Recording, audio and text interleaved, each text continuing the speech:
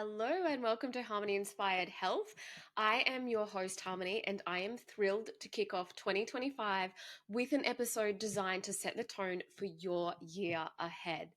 At the start of every new year, we're bombarded with health fads and trends. Some stick around and some fade really quickly. But today, I want to dive into the wellness trends that I believe will shape our health and well-being in meaningful, long-lasting ways. We are going to be covering it all, from physical and mental health to emotional and spiritual wellness, because true health is holistic and every aspect of our being deserves attention. So grab a cup of your favorite tea, mine's chai, just in case you didn't know. Find a nice cozy spot and let's explore the top 5 wellness trends for 2025 that will help you thrive in all areas of your life. And remember, if this episode sparks inspiration for your personal health journey or business, I'd love to connect. You can book a free call to dive deeper into how Ayurveda and holistic health coaching can transform your life and career. Links are in the show notes. But now let's get started. So, my number one trend is bio-individuality over one size fits all health. One of the most exciting trends for 2025 is a shift away from generic health advice towards bio-individuality. People are realizing that what works for one person may not work for another. And this year, personalization will dominate the health and wellness space. Ayurveda has been teaching this for over 5,000 years. With the doshas, Vata, Pitta, and Kapha, we know that everyone's constitution is completely unique to them. Modern wellness is now catching up. Yay! And it's starting to focus on individualized nutrition, exercise routines, and even sleep patterns depending on your own individual constitution. So, my key predictions for 2025 within this bio-individuality trend is that we're going to see more DNA-based health programs, and epigenetic testing will become more mainstream, as well as using these to work with your individual constitution, so your unique dosha. More people will definitely be seeking holistic health like Ayurvedic consultations or functional medicine to tailor their lifestyle and diet to their constitution. So like I've said before, if you come in with like gut health issues and you go and see sort of a mainstream practitioner, they might just have a gut health protocol for that condition. But from an Ayurveda and even functional medicine point of view, we look at your individual constitution. So your gut health issue, even though it might have similar symptoms, might have to be treated completely different to the next person to actually get the results that you're looking for. Now, I would also expect a rise in custom supplement blends. So this kind of goes hand in hand with that. Not all of the same medication, not all of the same herbs or supplements is going to treat the same condition. So we want to look at having customized supplement blends and personalized wellness coaching. So, my actionable tip for this one is pay attention to how your body responds, not just to food, but to movement, stress, and rest. And start tracking what feels good and make decisions based on your unique energy needs. Okay, number 2. It is nervous system regulation as the new mental health focus. Mental health will continue to take center stage, but in 2025, this year, it'll be less about traditional therapy and more about nervous system regulation. People are realizing that burnout, anxiety, and even depression are deeply linked to an overactive or dysregulated nervous system. This year, expect more practices rooted in polyvagal theory, somatic healing, and vagus nerve activation. In Ayurveda, we often look at the Vata imbalances, so too much movement and stimulation leading to mental instability, insomnia, and anxiety. So by focusing on grounding the nervous system, we naturally create mental harmony. And I think we can all relate to this. Like, we are so overstimulated. We're overstimulated in all of our senses. There's so much noise going on. There's so much to view and to see and to catch up on. Even our taste buds are overstimulated. So it's that overstimulation of the nervous system that we really need to focus on. So some of my cold predictions to support this is definitely going to be breath work. People will be diving deeper into breath work now, not just any fad trend of breath work that we see out there. This breath work will have to be individually prescribed depending on your individual constitution. Once again, a breathwork practice that could suit a vata dosha is not going to suit a kapha dosha, and vice versa. So to regulate the nervous system, we need to work on that bio-individuality. Sound healing is already quite popular, but it's going to gain even more popularity. And I believe that people will be practicing this in their own home. Doesn't mean that they have to get sound bowls and all these instruments, but it might even just be playing a beautiful soundtrack on Spotify rather than having like, I love podcasts. This is obviously a podcast, but rather than having like constant information being fed into their brains, they're going to be opting for things like some sound healing. Nervous system support supplements. I mean, this is already like a big part of regulating nervous system in 2024, but I think people are going to be more aware of the potency of things like adaptogenic herbs and supplements, magnesium, herbs such as like ashwagandha, shatavari, all these beautiful natural healing and nervous system regulating herbal medicine will definitely be on the rise, as opposed to trying to take some quick fixes or numbing the nervous system with things like alcohol and, not numbing the nervous system, but trying to numb the stress and anxiety just by having a drink or something. We're actually going to be really mindful of the way that we do this. Meditation will focus less on clearing the mind and more on embodied awareness. And I think this is going to be such a beautiful move, because a lot of people say that they can't meditate because they can't sit still, they can't clear their mind. But when we can change that focus onto just embodied awareness, like sitting in the stillness, or even doing a meditative walk for some people, and just being really embodied and really aware of your presence, of yourself, of how you're feeling, and meditating on that, it takes away that like scary feeling of just having to sit there and not doing it right. So I think there's going to be a shift in the way that people meditate and the way that they are introduced to it as well. So my actionable tip is to practice daily grounding rituals, whether that is embodied meditation or breath work, or simply just lying on the grass, getting out in nature, like grounding your feet in the morning and shining your face up towards the sunshine.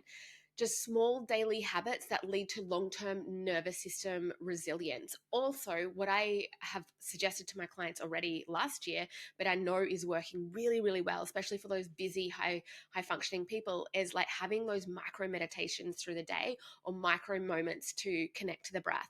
So it could be that you're shifting gears between seeing clients, or you're shifting gears between doing some jobs at home. And with that shift of gears, you might just stop and literally close your eyes and take 3 really slow, controlled breaths, with the exhale being the slower part of the breath. And that's just resetting and re-regulating the nervous system. There's also been those trends of like cold ice baths and things like that. But again, depending on what your nervous system is doing and what kind of individual constitution, that might not be the best regulating task for you to do, or activity for you to do. I think that people are going to turn more to actually going and finding some natural springs, or jumping in the ocean, or finding like a beautiful waterfall or something like that to really be able to immerse themselves in the coolness. The next trend would be emotional fitness as a core wellness practice. So in 2025, we're not just talking about physical fitness. Emotional fitness will become part of mainstream wellness. Just like we train our bodies, we'll start actively training our emotions. This trend emphasizes emotional intelligence, self-awareness, and the ability to navigate challenging emotions without suppressing them. So I know that over the last, I would say 3, 4 years, people have been doing a lot of really deep, heavy healing. So I don't think that this is going to be about that. I think that we're going to take a more lighter, joyful approach to emotional intelligence and self awareness, and not have to be in that deep, heavy healing all the time, but embody more fun and experiment with other emotions that we want to feel. In Ayurvedic psychology, emotions are tied to our individual constitution, our doshas. So, being really aware of ourselves is going to help us with this. So, anger and frustration, well, that's more of that pitta dosha. Anxiety is more of the vata dosha, and stagnation and depression is more of that kapha dosha. So, recognizing emotional patterns helps us move through them gracefully. And we can really do this again by that bio individuality, understanding our unique constitution. Emotional, so my key predictions is that there's going to be more emotional regulation apps coming out. We're in the age of AI and apps, and so I think that there's going to be different journaling platforms, maybe voice journaling platforms. I'm not someone that just always loves to write, although when you're writing for like manifestation purposes or something like that, it is really good because it slows down the processing, so it allows you to really embody those feelings. But sometimes when you just need to get things off your chest, like emotions, voice notes can work really well. So I'm expecting to see more apps and promotion around this. Group sessions focusing on emotional release will be another prediction of mine. Things like inner child work and again breath work will become more accessible to people, and more people will prioritize boundaries and emotional rest as part of their wellness routine, which I think is amazing, because I know for a lot of my clients, the ones that have a lot of emotional turmoil, a lot of stress and anxiety, they also don't have clear boundaries with themselves or their friends and family. So I think that we're starting to become more aware of that and aware of our emotional boundaries. And so I think this is going to be a big key focus in 2025. So, some actionable tips is to set aside 10 minutes a day to journal your emotional state. This really will help to build that self awareness, and so that you can really heal on that emotional level and know how you can start to help treat yourself. And paying attention to patterns. Are you triggered by the same things all the time? And this will become evident to you as you start to journal, because you're like, oh, I wrote about this last week. Like, this thing really triggers me. And awareness is always the first step in emotional mastery. So, my fourth trend is spiritual wellness beyond meditation. While meditation will always be a staple, 2025 is expanding spiritual wellness to include movement, creativity, and connection. People are craving deeper and more embodied spiritual practices that integrate with daily life. And I think that's the key, integrate with daily life. We don't like have to think that, oh, to connect spiritually, to become more spiritual, to become more connected, we have to go to a 10-day Vipassana silent retreat, or we have to go and meditate in an excluded cave for a few hours a day, or even that we have to meditate for 2 hours a day or do yoga practice every single day. No, we are spiritual beings and we can connect to our spiritual self daily at all times of the day as well. And again, I think this is where we're going to see more. We're going to see this deep connection, but more through this joy, this lightness, and this connecting with other people and integrating it with daily life and activities. So, say you love to be in the ocean, maybe you're going to try going out on a bodyboard or a surfboard and just connecting with the waves, connecting with the ocean, knowing that there's, ocean creatures out there, that we're all part of nature. Maybe it's that you're doing more hiking. Maybe it is that you're inviting more stillness, but you're sitting in a beautiful garden. Or if you don't have the luxury of these sort of natural places and you live in a busy city, maybe it's that you're going to get a few little plants and pop them on your unit balcony, and you sit there and you attend to those plants each day. I really think that this spiritual connection and connection to self is going to come when we connect ourselves to nature, which we are a part of, and integrate it into our daily life. Ayurveda has long taught us that spirituality isn't just about sitting in silence, it's about living in harmony with nature, aligning with Dharma, and connecting with the divine in everyday actions. So, lighten the load that you have to be perfect at all of, or like at stillness and meditation, and that's the only way you can connect spiritually. So my key predictions is that we're going to expect more things like ecstatic dance, cacao ceremonies where they're a bit more, they're fun, and chanting circles, chanting the beautiful chants together and feeling that vibration. Ayurvedic rituals and seasonal ceremonies will become popular pathways to spiritual alignment.